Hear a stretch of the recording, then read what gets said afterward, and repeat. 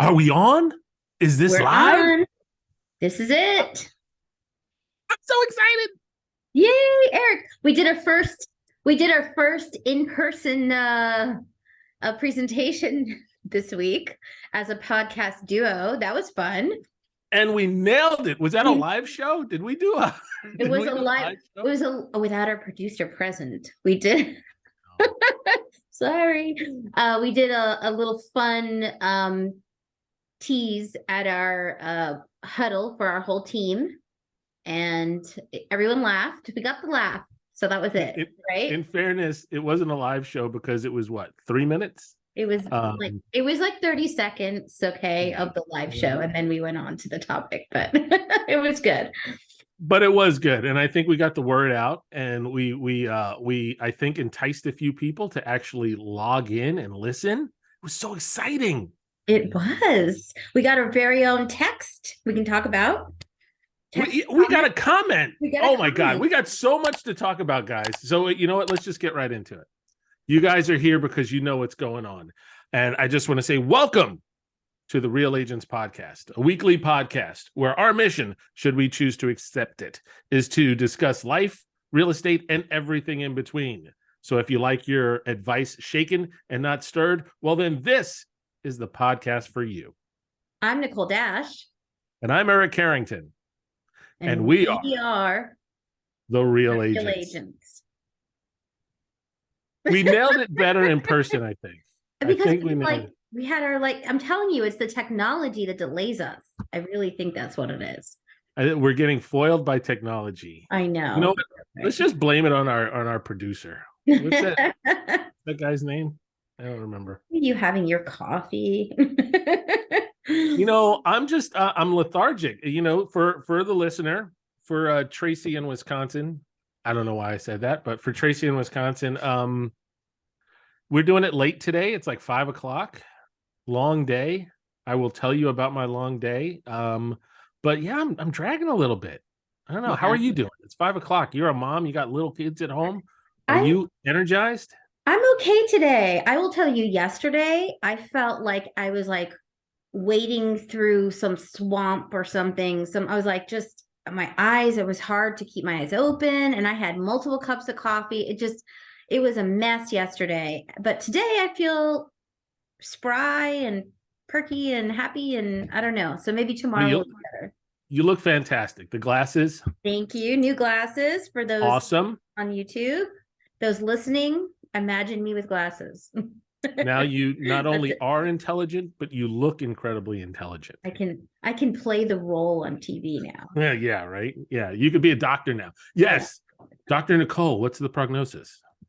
The prognosis is don't drink so much coffee and you won't be so tired. No. You know, all kidding aside, I got home, I pulled into the driveway, and as I was driving, I got a bunch of emails, and I was scrolling through the emails in the garage, and I fell asleep. What? Okay. When do you go to bed? That was a bit of narcolepsy, I think. It wasn't good. The car was off. Well, it's an electric car, so I was not in danger of carbon monoxide poisoning. That's still dangerous. It's like not a good accident. What am I going to get? Like electric shock, static electricity, or something? I don't know. Still, we don't sleeping in your garage for a reason. Yeah, it was like a serious narcolepsy moment because I like woke up and my thumb was scrolling. Oh my gosh.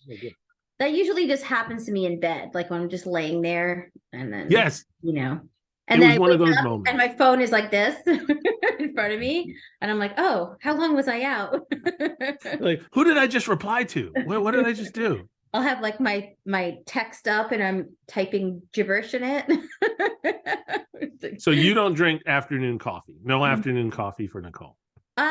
Sometimes, but I will be up all night if I have coffee after 5, like regular coffee.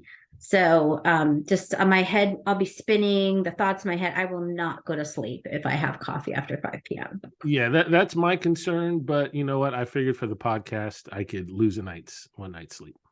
Hey, so this is for all of you. This is for all the. That's good. Speaking of coffee, how's your coffee smell? Oh, it smells terrific. That's great because I don't have a sense of smell anymore. I'm really jealous. Wait, now, what do you mean you don't have a sense of smell anymore?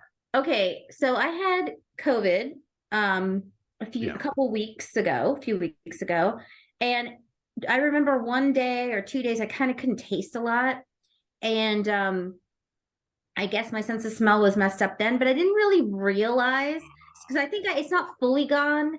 It's just like I'd say it's like 80% gone because and now I'm testing everything.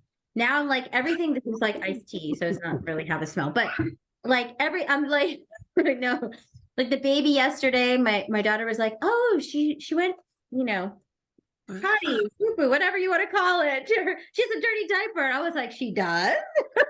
Normally, my mama Did you do the thing where you lifted her and put your nose right to the diaper? No, nothing. It was nothing. And then I'm like smelling her neck and her head. I'm like, I can't smell my baby smell.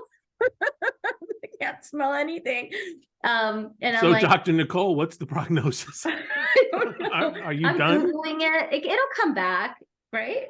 I think so. It'll come back, but there's a name for it and it's very common. And it can take a little while after you've recovered for it to come back all the way, but it's not a full loss. It's like a partial loss, but it's still awful. That's awful. I think if you're going to lose one of your 5 senses, I would put smell at the top of that list. Yeah. And I can still taste like the difference between, but I wonder how my taste is because yesterday I made chocolate covered strawberries for Valentine's Day because yesterday's Valentine's Day. So sweet. And I took a bite and I was like, these are pretty bland. These strawberries are not very good. Now I'm wondering, were they not very good or is it me? Well, it's probably a combination of both because this isn't strawberry season. No. Right. Then why are strawberries so big on Valentine's Day? Because they're growing them in some kind of hermetic booth. I know. With GMOs and there's balloons shooting microwaves down on them. Killing my sense of smell even more. That's this is all about those UFOs and balloons. Right. Oh my gosh. Have you been following that? Okay. I just can't. Okay. Little conspiracy theory. Do you think that the government is slowly, sorry, government, I'm not a conspiracy theorist, but I'm not a conspiracy theorist, but do you think, because I've always believed that there are UFOs and life outside of us. I mean, it just makes sense, right? Of course. Do you think this is the government's way of slowly leaking it before the big announcement? Like, oh, there's that, you know what I mean? Like they're slowly letting these things. If this is their way of slowly leaking it, they're failing miserably because it's been shot down 4 in the last 4 days. Yeah. I mean, this is every day now. But for how many years have people been saying that they see these things and it's complete denial, even if they're shot down or not shot down? But now they're allowing it to come into the news. Okay, sorry, I'm on a tangent. As much as I would like to believe that these are aliens from another galaxy, and they're here just to say hi, and instead of just saying hi back, we're shooting them down. As much as I'd like to live in that reality, my personal belief is it's probably some kind of spy balloon thing, and we're just getting wind of them being out there now. Yeah, right. And it's either way, I think it sucks, but yeah. I like my theory better. They're like aliens. I do too. Not spy and I mean, I don't know. Who knows? But here's the thing though. If they're aliens and they're up there just looking at us, shouldn't we say, hey, hi, how are you doing? Rather than shoot them down? I mean, I agree. Maybe they don't know that we're aggressive people. So what are the movies? Just want to say hi. Where you see the crowds of people holding up the sign saying, "We love you." And then that's the one that get exploded. Independence Day. Independence Day. That's it. Yeah. Tonight we declare our independence. Yeah, great movie. That was a good movie. I like that movie. Welcome to Earth, bitch. I'm sorry. Yeah, I cursed again. Uh-oh. That's not a medium curse, I don't think. I think I can say that one, right? No F-bombs. No. We are not going to say any F-bombs. No, not at all. However, since you don't have a sense of smell anymore, I can say fart. I could probably fart and you wouldn't know about it. Okay. Yes. Hopefully not. Let's not do that. Let's not test that theory. How about that? Next time I see you, it's just going to be like a long pause. And then I'm going to wait for a reaction and see if you got your sense of smell back. All right. Now that I've digressed into a 9-year-old, let's talk about our very first commenter. Someone on our team. Yes, someone on our team. Diana, she listens to the podcast and rather than comment on YouTube, which is what we would like all of you to do, YouTube or Spotify or wherever you listen or watch this beautiful podcast, please comment there. But Diana, she personally reached out to us with some comments. And wasn't that nice? Didn't you like that? It was so nice. She said it helped her drive. What did she say? She had some nice things to say, and then she had some suggestions. Yeah. She wants everybody's a podcaster now, right? Right. Well, no, she had a good suggestion. Like she did. You make little clips of us, like cut her little clips and put it on TikTok or Reels. So, Mr. Producer, you have nothing else to do. Well, you know what? He's actually doing that. I know. He's been doing little clips. People who really follow, they know this. They're like down with it. They know that we're out there doing our little snidbits, I think. Yeah, I think so. A little bit. Well, you know what I did a couple of times is on my cell phone, I will screen record some of it and then use that clip.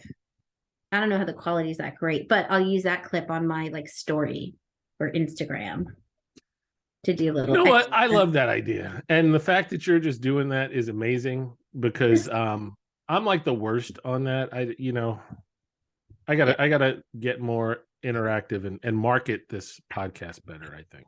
I've only done that with a couple of little clips that I wanted to like highlight that weren't already highlighted. So I'll be honest with you, Nicole, when I get to your Facebook page and there's pictures of that baby, I just stay right there and I don't go off anything. You didn't go off any of that.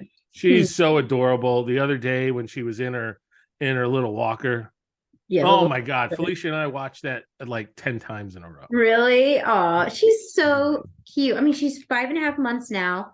I don't know how so fast, but to me, she's super advanced. Just really happy all the time. Of course, I'm biased a little bit. Yeah, just a little, but yeah, I'll attest. Yeah, she's a little advanced. Look, when Eli was 5 months old, we weren't sure he was going to be any more than just a blob.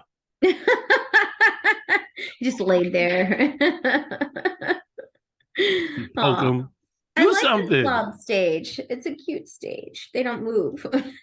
You know what it is. What really is interesting is you know Elijah. No, there's no secret. He's our producer. Yeah. Super laid back, right? Like, just calm, cool, collected, and just like really like laid back and okay, that's cool. Was that way from day one. Really? Oh, that's yes. Cool. Even as a little baby, he was just like laid back. It's like, you want your bottle? He'd be like calming. Sure. He's a calming energy, I feel like. Are you hungry? Yeah, hungry. Okay. Oh, so sweet. Right? Never cried. Let's pull out the baby pictures next. Oh my God. He's shaking his head no.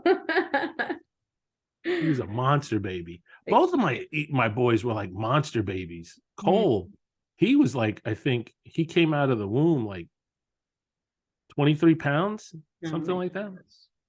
I don't know about 23, but that's true. I don't think big. Felicia would be alive. It was 23. We have this picture of Cole on the bed at like, I think it was probably 3 months. And he does look like a little monster. He looks like the Michelin Man, only really small. He was just big. He was meaty, which is weird because those thick thighs. I love baby. Yeah, so cute. You just want to chew on all the rolls. So cute. All right.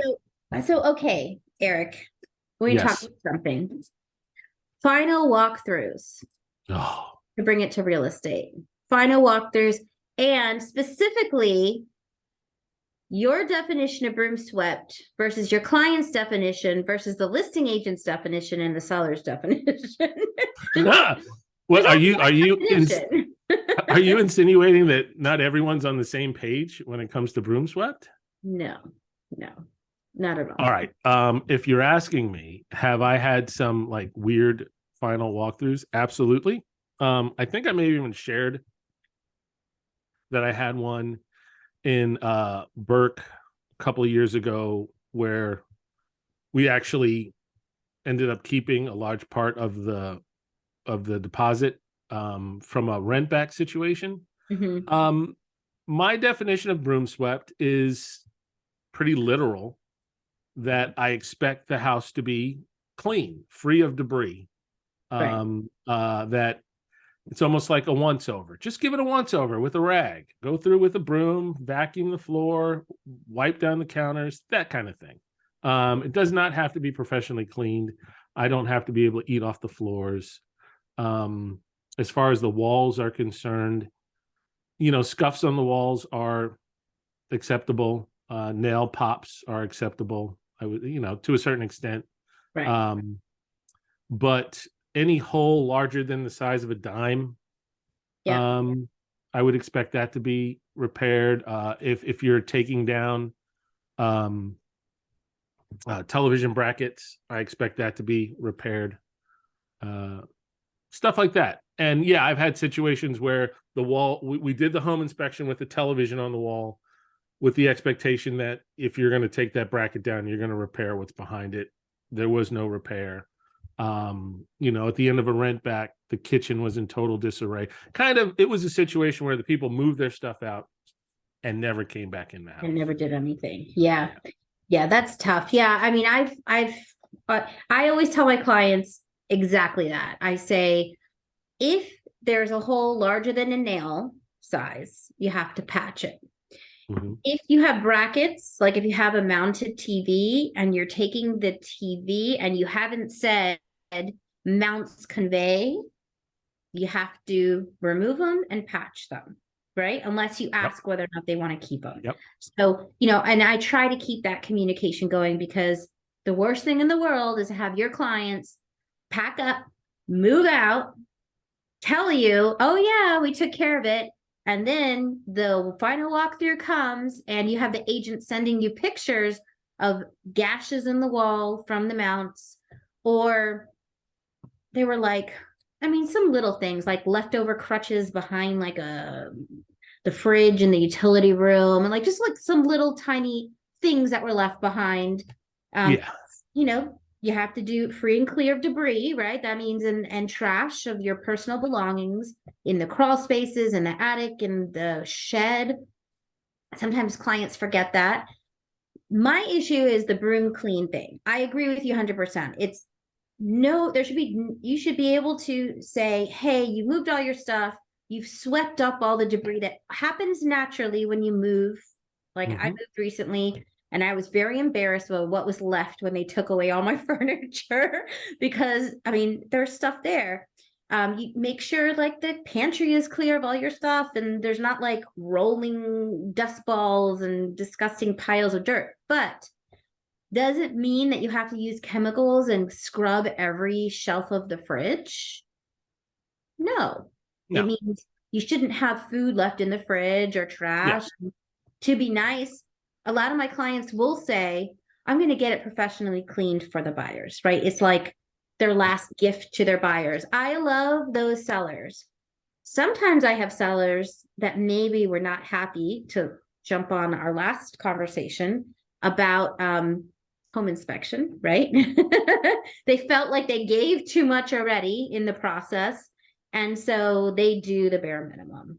And they're not going to spend one extra penny for the buyers. But it's I get that, and a part of me understands that, but you do have to deliver the product. At the end of the day, when you sell your house, you can't just, you gotta straighten up a little bit. Whether you feel like you were taken advantage of or not, you can't deliver a substandard product at the end of at the end of the transaction. I mean, fortunately, I haven't run into too many situations where we're doing our final walkthrough and it's in total disarray. The only time that happened was at the end of a rent back, where I think that's a little bit different, only because I think sometimes people kind of lose focus. Like once you've closed and you've gotten paid, I mean, you're not thinking about the whole sale process anymore, So not that I was accepting of the fact that they left the house in disarray. As a matter of fact, we were really upset.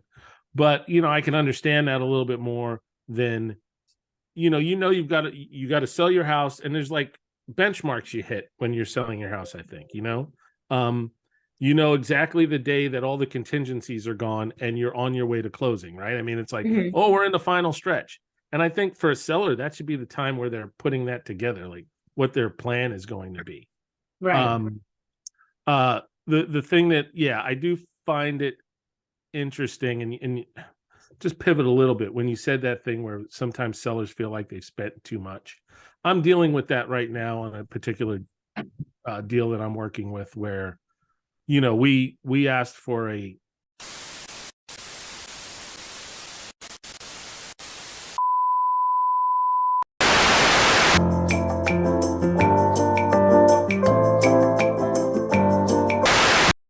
Hello, agents. Remember, your mission is to like and subscribe and hit that notification bell to check us out on Anchor, Spotify, soon to be Apple Music, and anywhere else you can plug us into your ear holes. Check us out. We're here for you.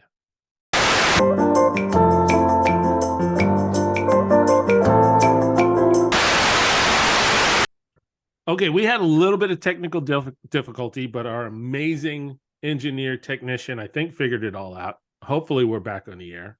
Is this thing working? It's working. I see you. You see me. All right. We have all plug your laptop in. Plugged in, right? I hope. Lights. All right. So I think when we fell off here, I was talking about this deal that I'm working with, where what I was getting at is it's about negotiating in good faith. It's about knowing that you're only trying to further the process along and try to get what you need. And I'm talking from a buyer standpoint and from a seller standpoint, but the idea is you're not trying to take advantage of the situation. You're trying to work together. Does that make sense? Absolutely. I mean, we've talked about this before, but negotiations and doing deals like this, it's about coming together for the same goal. And so, when I have a client that's like, I'm not hiring a professional cleaner for the final walkthrough, I just tell them to do their best. This is contractually what we need to do, right? This is how you're supposed to leave it. And then I'll walk through after they're gone and just make sure, like it looks okay, because I want to make sure that I'm turning over a property too, in good condition. And, I'll have my Swiffer or, Clorox wipes or something with me if I need it. Now I'm not cleaning anyone's home top to bottom, but but you're making sure that there's not some egregious mistake left behind, and that one instance where I did have an issue. It was funny that when we did our final walkthrough, the agent had shown up and was walking behind us, like cleaning up behind us. You know what I mean? Like trying to wipe off the stove before we got to look at it. And it was like evident that the house wasn't broom swept. So it was really mind boggling to me when she gave us quite a bit of pushback on this whole, was the house broom swept? Right. But I should have known, because there was during the process, there were times where I felt like we weren't negotiating in good faith, that one side was trying to take advantage of the other side. And from a buyer standpoint, it's usually when the seller feels like they've given too much. Right. Exactly. It's not always, that's how it feels. And, we can have a great offer. Everyone can be happy and excited. We get through home inspection and maybe there's also the termite inspection. Mm-hmm. There's some treatment that needs to be done. So there's like along the way, some unexpected costs. And so somehow that excitement and so happy from the offer and the ratification of the contract to the closing, it sours. And sometimes it sours even, I want it on a nice note, but sometimes I get blamed, right? Well, of course, Right? it's your fault or my fault. Yeah, it's my fault or your fault, whatever. And it's like, I can't, you had carpenter bees. What can I say? I needed treatment. I mean, it's, one of those things. And sometimes people get really upset. And at the end, they're just like, what does the contract say? And they do to the letter what the contract says and not an ounce more. But then I have, on the other hand, wonderful sellers that are like, I will never turn over this home in a way that isn't how I would like to have it. And they go above and beyond. They get the grass cut one more time. They hire professional cleaners. I mean, they touch up the paint on all of the nail holes. I mean, those are the sellers I love. And that's usually the case, right? I mean, I think, at least in my experience, the adverse situation is not the norm. The adversarial relationship isn't the norm. And I think that's partly who we are as agents too. We're not trying to foster that adversarial relationship. We're always trying to I don't know, we're people pleasers, right? So we're not trying to have a negative experience for any side. Which I can always tell when something is going to go south by the way the negotiation has gone. You know what I mean? Like, if you know that you're fighting over pennies right from the get-go, then typically if something happens down the line, you're going to get pushed back, and it's just going to be I don't want to use the word a shit show. It's never really a shit show, but sometimes it can be a pain in the butt from start to finish, and I try to avoid that. And sometimes I have issues with, my clients have done their contractual obligation. I've gone through and it looked good to me. It looked like in turnover, it's not how I would do it necessarily, but it's in turnover condition. And then I've had the agent call me very upset that the house isn't clean enough, right? And they want a credit because there were some gashes or, from move out, like not gashes, that's the wrong word, but scrapes, right? Like little skid marks on the hallway paint from moving out, or there was like a couple of items tucked away behind appliances in the utility room, really minor things, but they try to leverage those minor things for money, right? And for we want a professional cleaning for XYZ. And I have in the past paid out of pocket to make everyone happy for a cleaning service. Now, I tried very hard not to do that. I've had my hauler come and grab stuff. I've gone myself and filled things in my trunk. So, I want everyone to be happy at the end as well. But it's really frustrating when you feel like sometimes they take advantage, right? Especially now, I don't know if you've seen this or not, or heard, if let's say they waived a home inspection, right? They waived a home inspection. They haven't been in the property since they put the offer in it. And so now it's the final walkthrough. Now, all of a sudden, they want X, Y, and Z addressed in the final walkthrough, as if that's the time for it. Yeah, I think it's that same thing where, when the seller feels like they've been taken advantage of by accepting a low price, the buyer feels that way when they go above and beyond. They go 30, 40, 50, 60, $100,000 over the asking price and have waived everything. Right. That entire time from ratification to close, all they're thinking about is, oh my God, what did I do? What did I do? This house better be perfect. Right. And then when they do that final walkthrough and there's scuffs on the wall, they're like, oh my God, well, they're going to fix that. I mean, I paid $100,000 over their asking price. How dare they? Where, it's that whole, I feel like I was taken advantage of, so now I've got to get my pound of flesh out of the whole deal. Right. And it's not right on either. Either way. It's one of those things where you don't have control of your client in that kind of situation. And not that you control your client, but you should have a level of trust with your client where if you tell them, listen, this isn't something that we should really be concerned with, and this is the way it should work, your client should be accepting that. Exactly. Yeah. Yeah, you would hope. I mean, and the interesting thing is, when I had the most problems with that scenario was right as the market shifted, right? So let's say they put an offer in the beginning of May. We didn't close until, middle of June, let's say, right? So like a 45-day. There was a big difference between the market in the beginning of May when they put their high priced offer and when they closed, right? So they were seeing a shift in the market too. And they're like, oh my gosh, I think I overpaid. The market's changed, and they're kind of getting cold feet. And so then all of a sudden they're asking for all these things at the final walkthrough. That's not contractually a time to do that, but they feel like they can, and they have some leverage. And sometimes they were right. It's an awkward position for the agents on either side, because absolutely you want to advocate for your folks, but you have to ask yourself the question, yes, are they right? Are they wrong? And then you really got to evaluate. That's why being on a team is fantastic, because we have those resources where we can bounce all these ideas and all these things off of people. Like, I don't know where I would be or how I would handle, some of the situations I've had to go through over the last year if I wasn't on a team like this, because you're able to sit in a group of like-minded professionals and lay out what you're dealing with and get all these different perspectives.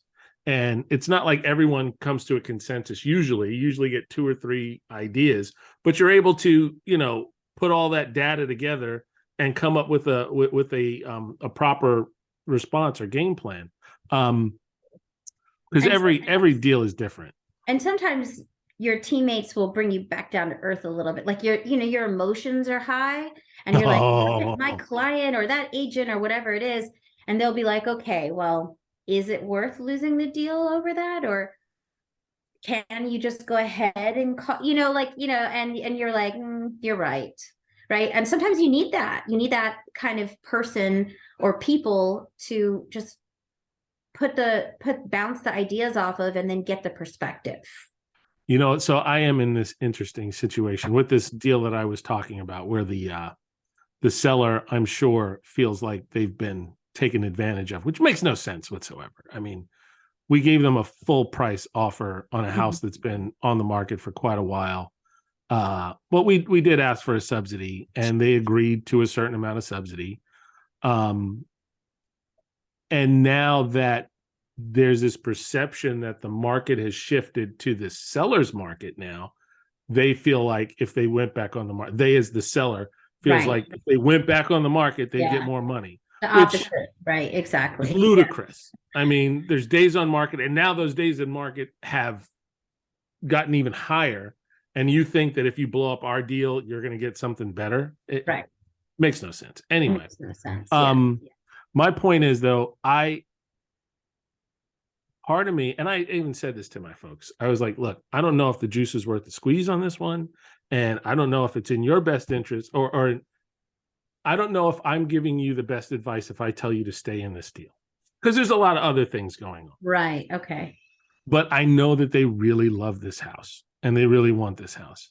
And I bring this up because sometimes I think as agents, we get into a place where we want it more than our clients do. And I think I'm in that place right now where I want them to void this contract more than they want to.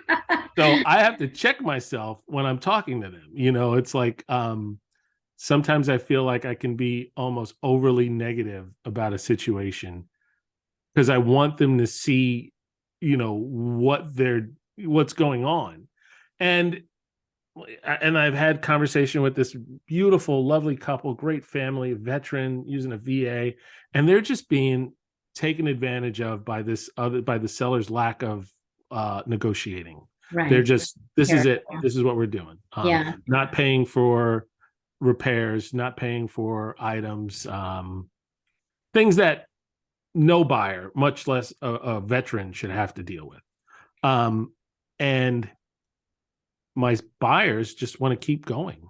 And it's like, that's frustrating for us. Yeah. Well, you brought up a good point. I mean, we are human, and sometimes it does take us taking that step back and saying and asking, right? How do you feel about this? Does this make you comfortable? Is this what you want to do? Because I'll support you, however, whatever you decide, right? This is my advice. This is what I think, but ultimately, this is about you. And sometimes, I'll have a seller that receives an offer, only one offer, right? And it's not the best offer. And they feel like, should I take it? Shouldn't I? And as much as I'd be like, let's do it. I think this, I want them, they have to know that when they have to want it too. They have to want to sell their house, because there's not that many outs for a seller, right? Once you ratify, there's outs throughout a contract for a buyer. But, if you say you're selling your house and you sign it, you can't be like, oh, I changed my mind, So they have to really be sure. And my job is to support them in their decision, even if it's like counter to what my professional advice is, So. And that's the other thing too, is that as agents, we got to protect our clients, but we also have to protect ourselves. Mm-hmm. And so you have to make sure you are conveying all the information that they need, to make a wise decision. And that gets tricky too at times too, because I feel like there's instances, and not this one, but where I've wanted people to back out of contracts because I just think that it's not going the way it should go for you. You're not being, you're not getting the deal that you should get out of this, but they just still want to go. But as a buyer's agent, I have to tell them, listen, this is what's happening. I want you to know, if you move forward, this is where you're going to be, please don't hold me responsible for what's going to happen. Exactly. Because I've kind of warned you the situation you're in, kind of thing. And as long as you've done that, you've done your job, right? Yep. I mean, that's ultimately what it comes down to. Yep. The problem is when you're just like, okay, sure, and not giving a counterpoint, even if it makes them unhappy with you for a minute.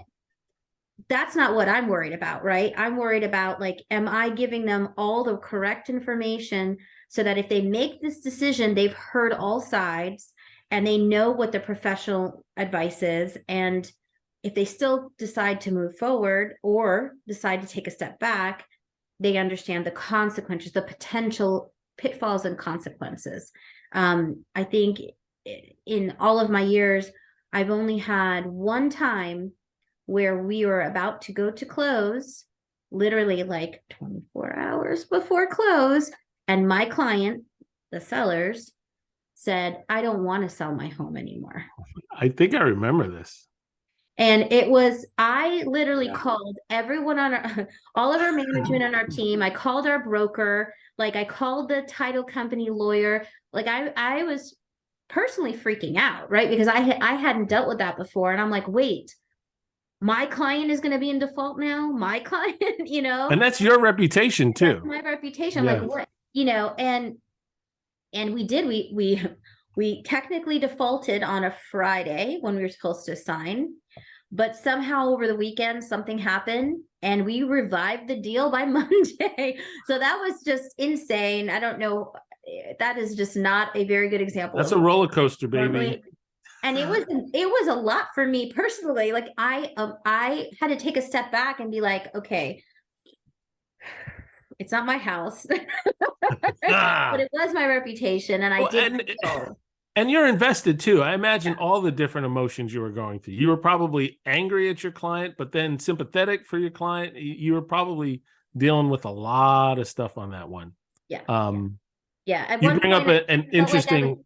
Begging my client. At one point, I felt like I was begging, and then I was like, "Whoa! I can't beg them to stay." I mean, that's it, literally, but it felt that way, right? That's what I meant by that. You can't want it more than they do, exactly, because that doesn't help anyone. But the other thing, as you were talking, I was thinking about this and thinking about the situation I'm in. When you're dealing, can you spot, or how easy is it to spot a fraud when you're working with an agent? Like, How many conversations do you have to realize that the agent isn't good at what they do? Do you get it right away?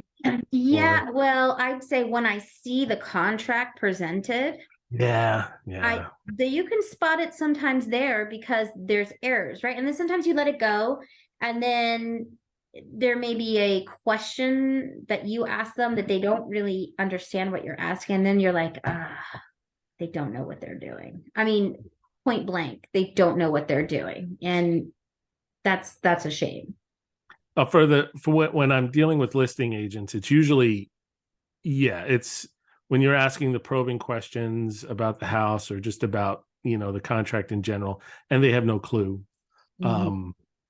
Or like the other day, I got an email stating that they weren't going to do something, and they said, and attached is the addendum. No, it was a contract for another house that they have made an offer for. That's bad. That's bad. Well, that's stuff bad. like that. Yeah. Well, I know I'm not a buyer's agent, but I was helping my mom, and we were looking at this condo, and we were looking at all the comps in the building, and there was an HOA and a condo in this building. So some communities have both. Mhm. And but in their listing, it only listed the condo fee. It didn't list the HOA fee. And I kept telling my mom, oh, that agent didn't list it, but it has both. And so then we were going to make an offer, and I called the agent, and I'm like, do you have all the docs, the condo and the HOA docs ready? And she's like, well, we have the condo docs, but it's a condo, not an HOA. I said, well, and I had explained to her that the building she was selling, the unit she was selling had both. And right there, I was like, she doesn't do a lot of business. And then I looked her up, right?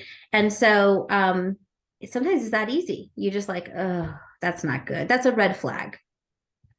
I can respect someone that doesn't do a lot of business.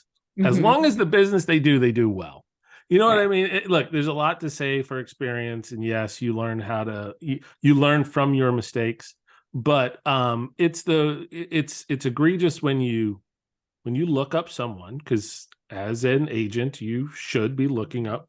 You're right, and I don't do it enough. I don't do it enough either. Yeah. But when you're dealing with someone who doesn't know what they do or isn't doing a great job, and then you find out they've been doing it for 10 years, it's like, holy smokes. That's bad. That's really bad. You're like, what were you doing for 10 years? Yeah. How have you survived this long? Or anyway. Yeah. Anyhow, all right. Enough of that negative. Let's get into some positive. Let's talk about life in general. Okay. Well, this is negative. Uh-oh. Maybe it's a little negative. I just we had to take a little break too, and during that break I had an HVAC guy in my house, and he was giving me a quote for adding a second unit to the upper level. Because when we took out some walls and they had to move the vents, and the quote for adding, take a guess. We're going to put a second HVAC system in the attic to give us dual zone. You have to do all the ductwork too? Or you have in the upper level, we'd have to put some ductwork. Yes. I have no idea. I've never had to do anything like that before. Probably like 15 to 20. Is it that much? Yeah. That's why you're so good. Yes. It's exactly where we're at. We're about 15 to 20. It's like 16 if all we do is add that, and we don't have to add an auxiliary electrical panel, but I'm pretty sure we'll have to add a secondary panel. Yeah. So that's going to add another, $2 to $3 grand, $2 to $4 grand, something like that. So probably about 20K.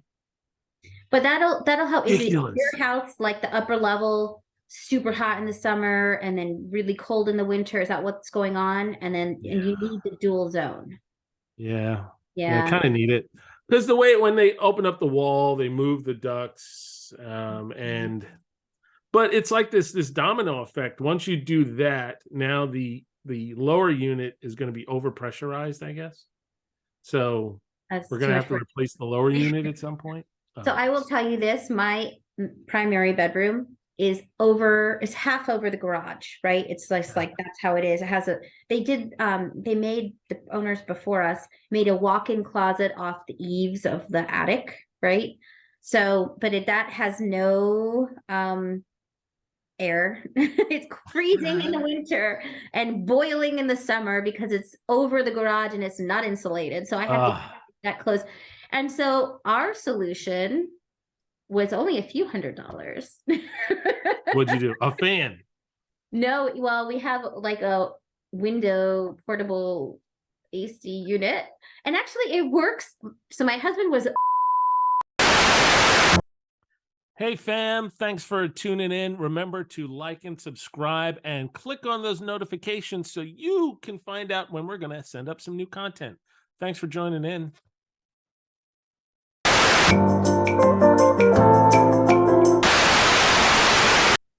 Oh my gosh, what is up today? Are we in a full moon? Or it's your computer? It's my junky computer. Mercury in retrograde. I don't know what that means. I don't know when it is. Is your computer a Sagittarius? I don't know what any of that means, but I don't know either. Okay, so I was saying, I'm going to back up. So we solved our issues in our primary bedroom with a simple fix. My husband was against this fix. He thought it was so tacky and weird, but I went ahead and ordered it anyway. And he was thanking me. He was so happy. I was pregnant and it was so blistering hot. And I just went ahead and ordered one of those portable AC units that you stick the tube in the window. Yeah. Oh my gosh. Amazing. It was a game changer, I've got to say. So wait a second. So it's on the floor and you just stick the tube. The problem with that, and we could do that, but it's on the front side of our house. Yeah. So yeah, our window was in the back side, and it's not permanent. It's like you lift the window frame up a little, and then they have a thing that you stick there, plastic thing, and you stick it out. But it does look tacky. Luckily, you can't actually see that from outside. So I could do one of those like what is it? What's the company? Toshiba. They do those units that you put. Oh, the mini split units. Yeah, mini splits are good. I was looking into them. They're more expensive, but you actually have to install. You do have to cut a hole in the wall to get, because it has to vent out somehow. So mini split would save me. Yeah, it would be like a third of the cost. Yeah, something to think about. But well, hey, we've talked about enough. We've had multiple technical difficulties. We've handled a lot of adverse situations, not a ton of like awesome positive stuff, other than that we're both awesome and you have wonderful new glasses. I have new glasses. I feel good. Yeah, I can. And we had our first comment. So this was a hugely positive podcast today, wasn't it? Yeah, I think actually we had something to say, and that's right. Positive. I think you could learn something from our conversation about the final walkthrough and clients that just love us so much. And that's our job, to teach and get people to love us. Absolutely. Exactly. That's our only job in life.